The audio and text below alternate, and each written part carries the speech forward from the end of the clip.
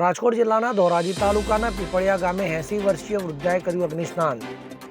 પીપળિયા ગામના હનુમાન ચોક અને સરકારી મંડળી પાછળ રહેતા વૃદ્ધાએ ટૂંકાવ્યું જીવન। 80 વર્ષીય મંજુલાબેન વલ્લભભાઈએ કણસાગરાએ જલદ પ્રવાહી છાંટી ટૂંકાવ્યું જીવન।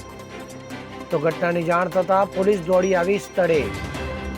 પોલીસ દ્વારા વૃદ્ધના મૃતદેહને ફોરેન્સિક રિપોર્ટ માટે ખસેડાયો રાજકોટ।